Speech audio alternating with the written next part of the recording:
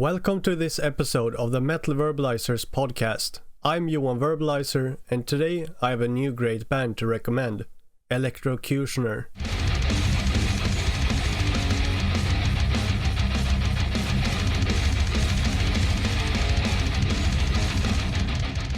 Electrocutioner is a thrash metal band from New York, USA. The band was formed during the COVID pandemic in the year of 2020. Since then, the band has released a few singles, 2 EPs, and a full-length album. So even if it was only 3 years ago that Electrocutioner started, the band has surely been active during that time. When it comes to Electrocutioner's main influences, they are very influenced by old-school thrash metal bands, such as, for example, Whiplash, Megadeth, and especially like Show No Mercy era Slayer. One of the band's biggest influences when it comes to the songwriting and just the overall atmosphere of Electrocutioner is the band Exorcist and the album Nightmare Theater. There's something that I find really interesting, cool, and original about Electrocutioner as a band. They have this kind of like they're like very cool atmospheric style. I would probably describe it as, which I have kind of a hard time to really compare to any other thrash band, really. I would say that kind of like Electrocutioner's kind of atmospheric style and kind of like horror-esque and atmospheric approach to the thrash metal, I think is pretty unique, in my opinion. As I was saying, it's like I don't really know any band off the top of my head that really has that kind of like approach, which is really cool. And for example, the intro to the band's EP, 48 Hours Till Termination, reminds me a lot of the kind of like style of kind of like old school horror movie soundtracks, with a kind of like I guess you could call it like a synthwave sound. Both EPs from Electrocutioner have a lot of instrumental tracks that have a kind of horror style. Some of these kind of like synthwave stuff, but also like especially from like the second EP, you have this track that is like a horror type sample with like screams and stuff like that. It gives it a really interesting type of thrash metal, I think, with that kind of like again, like atmospheric, very horror inspired synthwave stuff. I would also say that Electrocutioner has a really kind of like raw sound on the debut EP. That reminds me a lot of hardcore punk bands. And at times the vocals remind me a lot of kind of like, for example, I would say it kind of like reminds me a lot of like Glenn Benton of Dayside. And also I would say like vocalists like Magnus Broberg when he was singing in the Swedish death metal band Hypocrisy. I would say that that kind of like death metal style vocals, such as Glenn Benton and Magnus Broberg, I would say it's like especially on Electrocutioner's second EP, Escape from the Catacombs, that I kind of get those kind of thoughts in my mind, like kind of going a little bit similar to how those vocalists sing. I don't think it sounds like those vocalists, but it has this kind of like rough, brutal sound in the vocals that, I don't know, just makes me think of kind of like death metal vocalists like that. And it's like with that whole like horror theme and like the kind of atmospheric stuff mixed together with like a thrash metal sound and also those type of vocals, I think it creates a very cool sound that at least me personally kind of associate with Electrocutioner specifically. When it comes to the overall style, the first EPs released by Electrocutioner were going for a kind of old school style, influenced a lot by stuff like comic books and movies such as Evil Ernie, Escape from New York, Terminator, etc. And I mean, it's kind of like you can clearly notice a lot of those influences in cover art, such as, for example, Electrocutioner's 48 Hours Till Termination, which is the debut EP. It's like you have the face obviously looking like a Terminator, and you have electricity around, which makes him look like kind of a comic book character, I would say. And I guess it's kind of going for that kind of evil Ernie type of look, I think.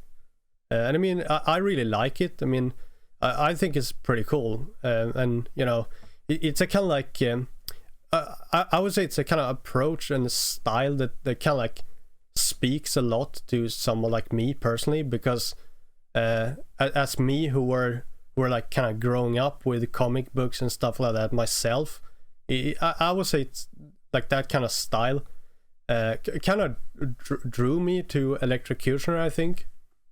I mean, when I started listening to Electrocutioner myself, I think it was the debut EP that really caught my attention, and I think it was like the name and the logo, but also like the cover art with kind of like the comic book style that really like kind of got my attention. So I mean, that kind of like approach is something that I like a lot personally. But however, with Electrocutioner's debut full-length album False Idols, though, they took a very different approach with the art. This time around, they really didn't want it to look, you know, too old school or you know, too classic thrash, if you know what I mean. The band wanted something that felt new, something that was a little bit more original, if you know what I mean. It's kind of like the idea was that the art shouldn't look like, you know, a lot of other thrash metal album art, and like Electrocutioner didn't want the kind of classic replica style artwork, you know, like as great and as brilliant that kind of style is. They kind of wanted something else, like they kind of wanted something more original, I guess you could really summarize it, I would believe.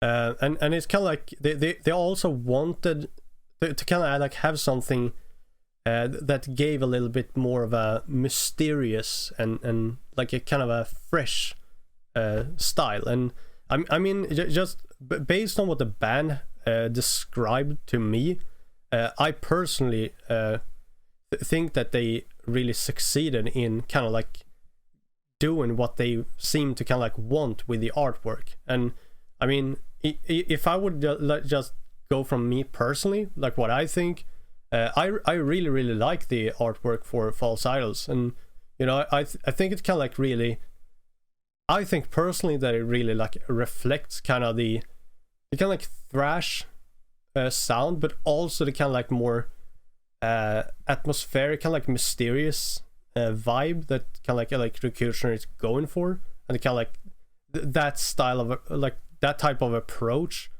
that Electrocutioner is kind of like taking with the thrash. I think it's a great cover art in general. When it comes to the lyrics from Electrocutioner's debut full-length album, they seem to take a very kind of like philosophical approach.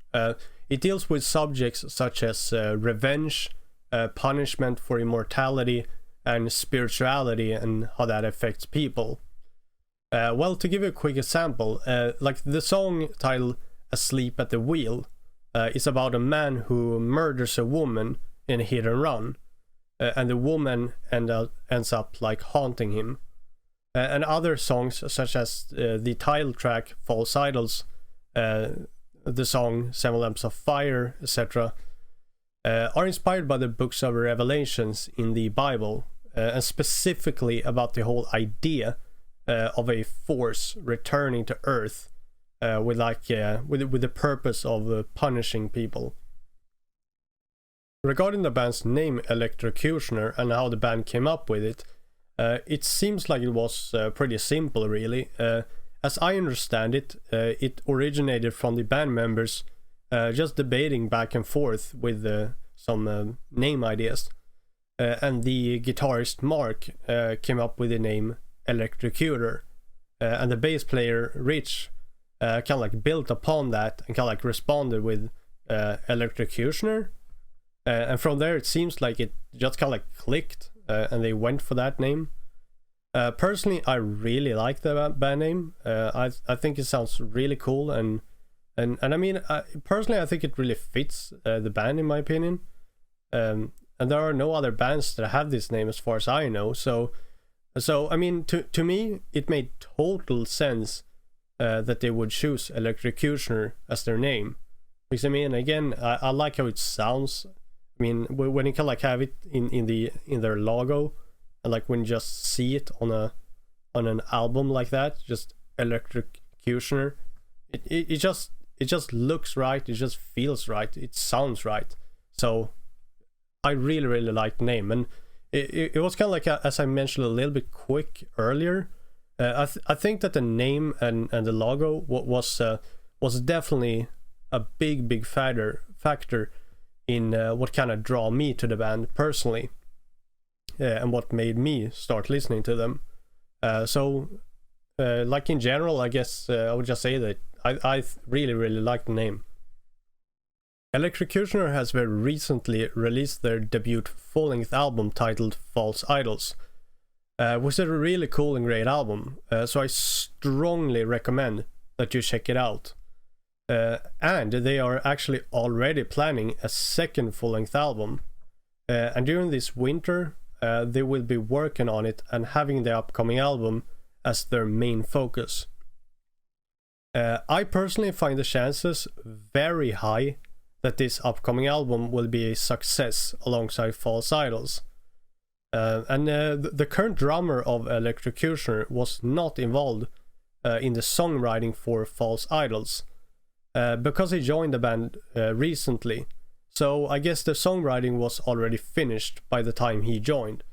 But he will, however, be involved with the songwriting for the upcoming album. I've been told that the drummer is already coming up with Exodus style riffs and songs. And I mean, considering how much I love Exodus, I find that very positive to hear. The band has also explained that they're going for a faster and more evil sound with the upcoming album.